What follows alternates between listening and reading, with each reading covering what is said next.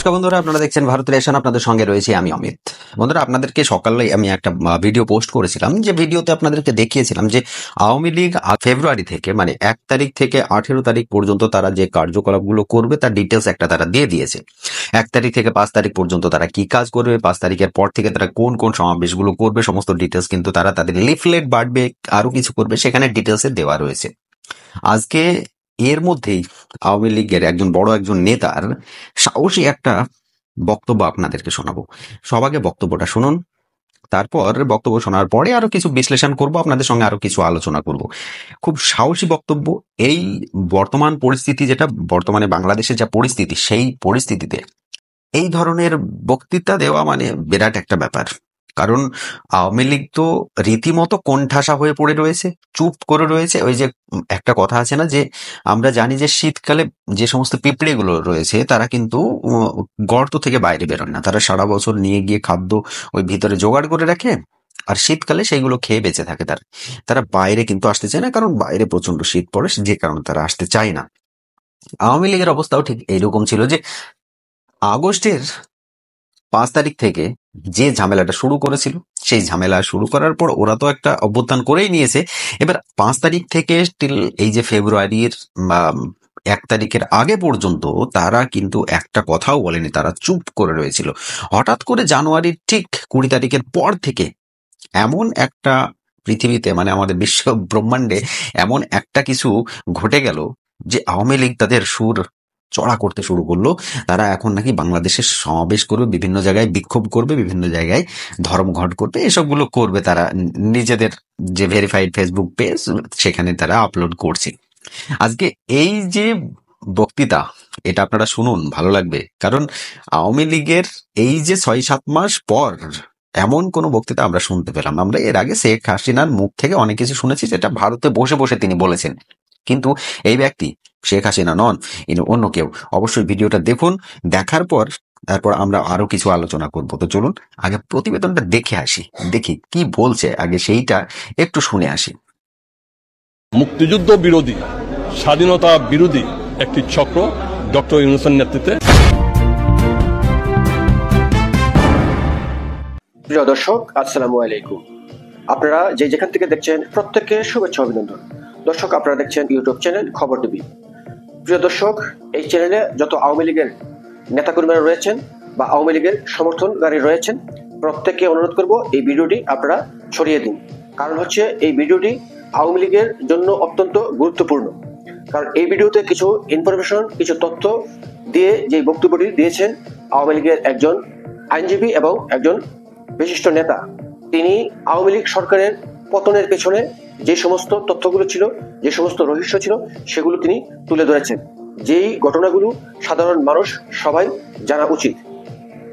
কারণ হচ্ছে আমরাও জানি যে এই আওয়ামী লীগ সরকারকে এই জামায়াত শিবির, জঙ্গি এবং হিজবুত তাহরির তারা একটি ষড়যন্ত্র করে রাষ্ট্রের একটি অত্যন্ত শক্তিশালী কালো ক্ষমতায় তারা এই কাজটি করিয়েছে এবং এই ঘটনাটি ঘটিয়েছে, যেটি এখন সারা বাংলাদেশের মানুষ জানা প্রয়োজন।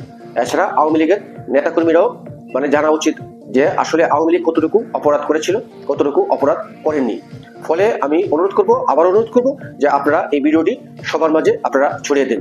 মুক্তিযুদ্ধ বিরোধী, স্বাধীনতা বিরোধী একটি চক্র ডক্টর ইউনূসের নেতৃত্বে রাষ্ট্র দখল করে নেয়। অনেকে বলে এটা বিপ্লব নয়, ষড়যন্ত্রের মাধ্যমে রাষ্ট্র দখল। আমি অত্যন্ত স্পষ্টভাবে বলতে চাই, আজকের তথাকথিত তত্ত্বাবধায়ক সরকার ডক্টর ইউনূসের নেতৃত্বে তারা মাহফুজ আলমকে বানিয়েছেন উপদেষ্টা।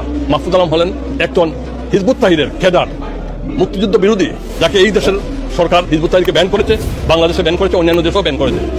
তারা সবাই বাংলাদেশকে আবারও একটি পাকিস্তান, আফগানিস্তান, একটি ইউক্রেন বানাতে চায়, বাংলাদেশকে আবারও একটি আল কায়দা বানাতে চায়।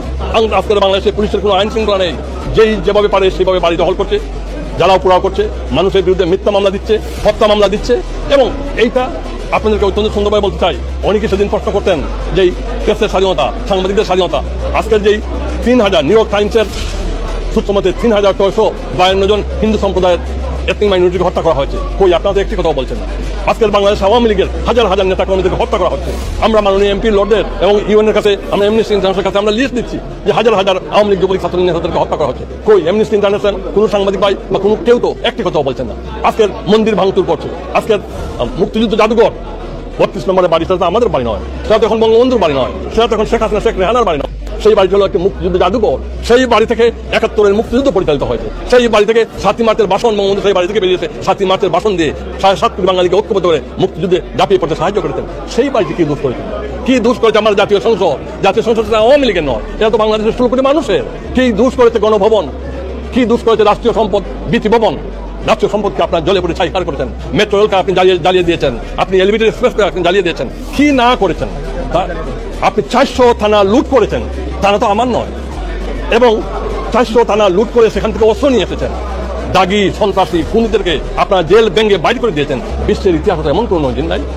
আমরা এই ষড়যন্ত্র থেকে এবং এই অপসংস্কৃতি থেকে, এই অপতৎপরতা থেকে আমরা বেরিয়ে আসতে চাই। আমরা মুক্তিযুদ্ধের চেতনায় মাননীয় প্রধানমন্ত্রী শেখ হাসিনার নেতৃত্বে একটি সুন্দর বাংলাদেশ, এক সমৃদ্ধ বাংলাদেশ আমরা গড়ে তুলতে চাই।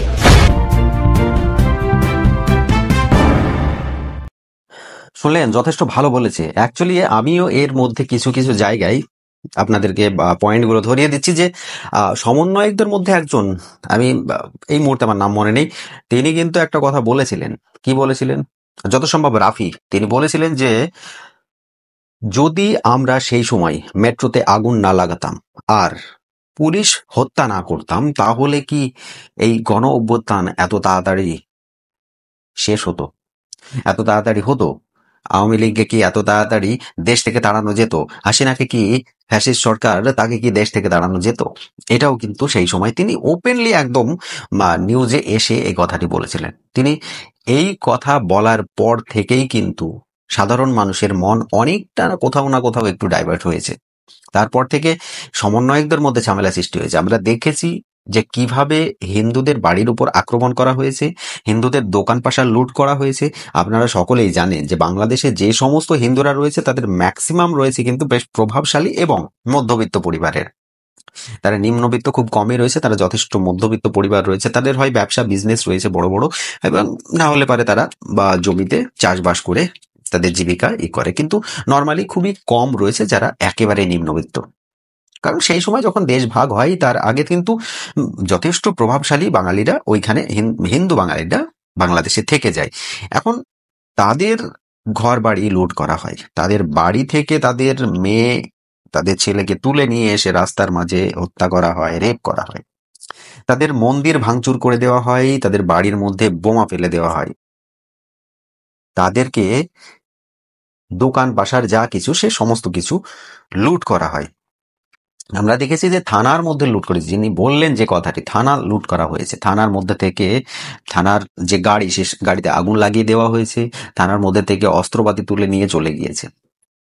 সরকার, ইন্টারিম সরকার আসার পর থেকে বাংলাদেশের যে সমস্ত দাগী আসামি, যাদের নামে প্রায় 50টা করে কেস চলছে, সেই সমস্ত মানুষগুলোকে মানে সম্পূর্ণভাবে ফ্রি করে দেওয়া হয়েছে। এখন এই সমস্ত জিনিসগুলো সাধারণ মানুষ দেখছে আর তারা কি চুপ করে থাকবে? মোটেই না। এখন মানুষের মধ্যেও দুটো ভাগ হয়ে গিয়েছে। আর আগামী দিনে এই যে আমরা সকালবেলায় যে প্রতিবেদনটা আপনাদেরকে দিয়েছি, সেটার পর থেকে আপনারা দেখবেন আস্তে আস্তে মানুষের মধ্যেও একটু যেন কোথাও বিক্ষোভমূলক একটা ভাব চলে এসেছে। যারা এতদিন ভেবেছিল যে না কোনো না কোনো কিছু একটা হয়ে যাবে, সেই হয়ে যাবে ভেবে আর তারা নেই। এখন তারা নিজেরাই কিছু করার জন্য মাঠে নেমে পড়েছে। আপনাদেরকে আগামী দিনে আমি আরো কিছু ভিডিও দেখাবো যেখানে সাধারণ যে সমস্ত যুব সমাজ তারা কিন্তু প্রতিজ্ঞা করছে যে আগামী দিনে আমরা আওয়ামী লীগকে আবার বাংলাদেশে প্রতিষ্ঠাতা করব, এবং যে জিনিসগুলো হয়ে গিয়েছে, আমাদের যে অন্যায় করেছে আমাদের ওপর, যে বঙ্গবন্ধুর ওপর যে দুর্নাম করেছে, বঙ্গবন্ধুর যে মূর্তি ভেঙে দেওয়া, বঙ্গবন্ধুর ছবি যে সমস্ত গণভবন বা প্রত্যেকটা জায়গা থেকে ছিঁড়ে ফেলে দেওয়া, আরো বিভিন্ন কিছু করেছে, যে সমস্ত জিনিসগুলো অ্যাকচুয়ালি করা উচিত ছিল না তাদের, তারা সেইগুলো করেছে। হ্যাঁ, শেখ হাসিনার সম্বন্ধে তোমার প্রবলেম থাকতে পারে, সে হয়তো দেশে এমন কিছু করেছে যেগুলো সাধারণ মানুষ একটু ক্ষোভে রয়েছে।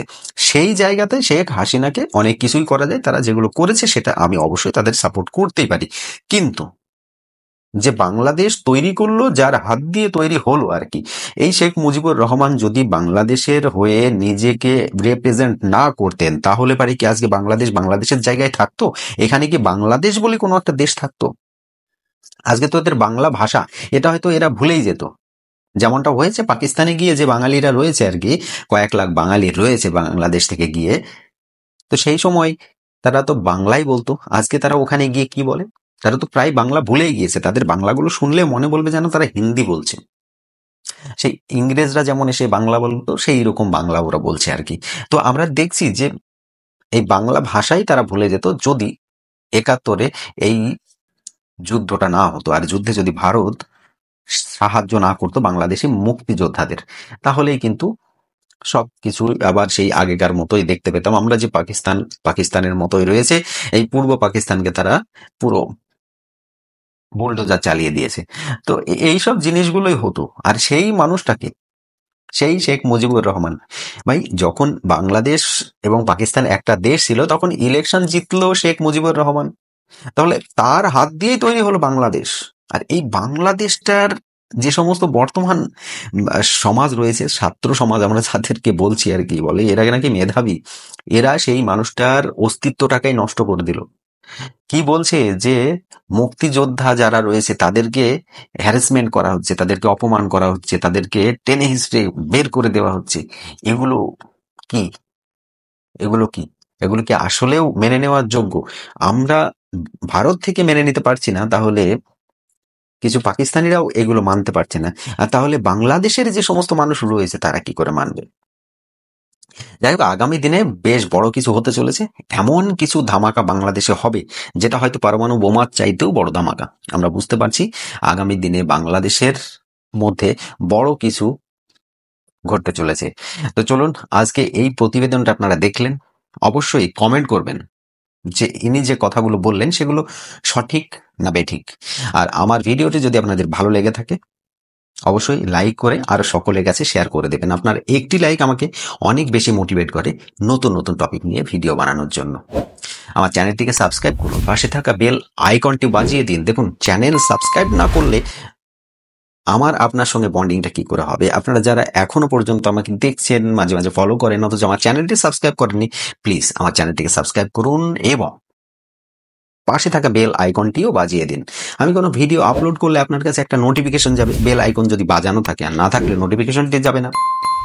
তো অবশ্যই বেল আইকনটি বাজিয়ে দিন। আজকের মতো এই ভিডিও আমি এখানে সমাপ্ত করব। আপনারা সকলে ভালো থাকুন, সুস্থ থাকুন।